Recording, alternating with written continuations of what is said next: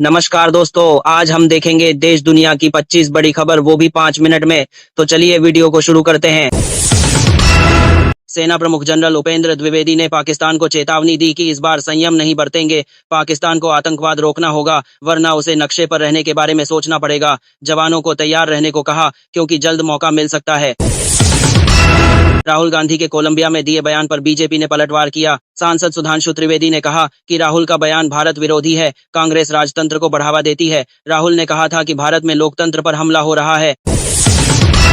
वायुसेना प्रमुख एपी सिंह ने बताया कि ऑपरेशन सिंदूर में भारत ने 4-5 पाकिस्तानी F-16 विमान नष्ट किए। सरकार ने पूरी आजादी दी थी। इस कार्रवाई से पाकिस्तान कमजोर हुआ। ऑपरेशन को इतिहास में दर्ज करने के लिए किया गया। रूसी राष्ट्रपति पुतिन ने अमेरिका को चेताया कि भारत पर रूसी तेल खरीदने का दबाव न डाले। भारत अपने फैसले खुद लेता है। पीएम मोदी अपमानजनक स्थिति स्वीकार नहीं करेंगे। ट्रंप के टैरिफ नाकाम होंगे। केंद्रीय मंत्री रामदास अठावले ने कहा कि राहुल गांधी का दावा गलत है कि लोकतंत्र खतरे में है। बाबा साहेब का संविधान लोकतंत्र को सुरक्षित रखता है। कांग्रेस खतरे में है और राहुल सत्ता तक नहीं पहुंच सकते।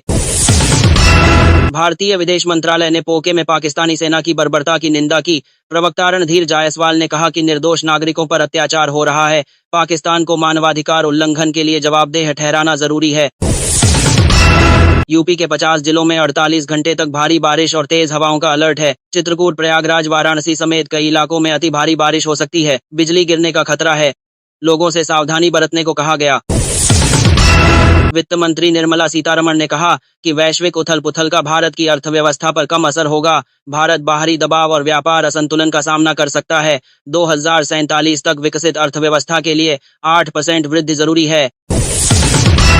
सोनम वांगचुक की पत्नी गीतांजलि ने उनकी रिहाई के लिए सुप्रीम कोर्ट में याचिका दायर की। उन्होंने गिरफ्तारी को अवैध बताया। वांगचुक को 24 सितंबर को लेह में हिंसा भड़काने के आरोप में गिरफ्तार किया गया था। स्वामी चैतन्यानंद को 17 छात्राओं से यौन शोषण के आरोप में 14 दिन की हिरासत में भेजा गया। उन्हें 27 सितंबर को आगरा से गिरफ्तार किया गया। जालसाजी और फर्जी नंबर प्लेट के भी मामले दर्ज हैं। एक डिप्टी सीएम केशव प्रसाद मौर्य पटना पहुंचे। उन्होंने कहा कि बीजेपी बिहार चुनाव में पूरी मेहनत करेगी। एनडीए ऐतिहासिक जीत हासिल करेगा। एनडीए सरकार बिहार में विकास के लिए काम कर रही है।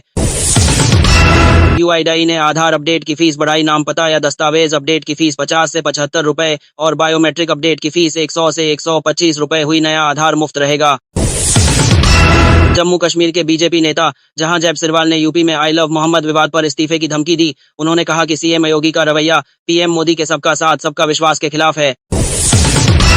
पूर्व क्रिकेटर एबी डिविलियर्स ने कहा कि भारत एशिया कप ट्रॉफी देने वालों से नाखुश था। खेल को राजनीति से दूर रखना चाहिए। यह दुखद है, लेकिन भविष्य में समाधान की उम्मीद है। बरेली में कड़ी सुरक्षा के बीच जुमे की नमाज शांति से हुई। 9 जिलों से 8,500 पुलिसकर्मी तैनात किए गए। संवेदनशील इलाकों में पैरामिलिट्री फोर्स थी। ड्रोन से निगरानी की गई। भारत ने मैनचेस्टर में आतंकी हमले की निंदा की। हमलावर जिहाद अल शामी ने 3 लोगों को मार डाला। पुलिस ने उसे मार गिराया। विदेश मंत्रालय ने इसे अहिंसा दिवस पर बर्बर कृत्य बताया। आगरा के खैरागढ़ में मूर्ति विसर्जन के दौरान 11 युवक नदी में डूब गए। 3 की मौत हुई, 1 का इलाज चल रहा है, 7 लापता हैं। सर्च ऑपरेशन जारी है। एमीम प्रमुख ओवैसी ने कहा कि संभल मस्जिद पर केस चल रहा है। आई लव मोदी कहना ठीक है, लेकिन लव मोहम्मद नहीं। उन्होंने पूछा कि देश को कहां ले जाया जा रहा है। आगरा में 15 साल की कथावाचिका लक्ष्मी ने मुस्लिमों के बहिष्कार की अपील की। उन्होंने कहा कि मुस्लिम खाने में थूक मिलाते हैं और गांव में उनके प्रवेश पर रोक लगे।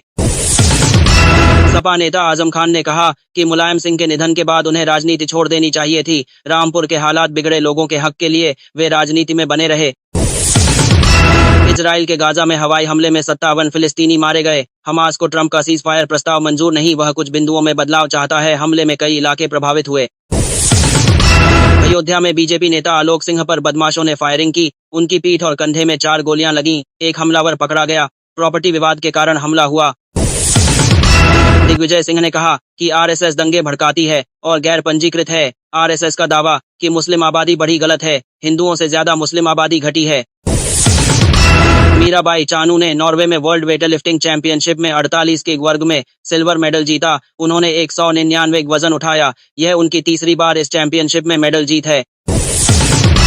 सपा सांसद अवधेश प्रसाद ने कहा कि बरेली में शांति होनी चाहिए, सरकार को गंगा जमुनी संस्कृति की रक्षा करनी चाहिए। बरेली में लव मोहम्मद अभियान पर हिंसा हुई थी। तो दोस्तों ये थी आज की 25 बड़ी खबरें। वीडियो पसंद आए तो लाइक करें, चैनल को सब्सक्राइब कर लें। मिलते हैं अगली वीडियो में, जब तक के लिए जय हिंद।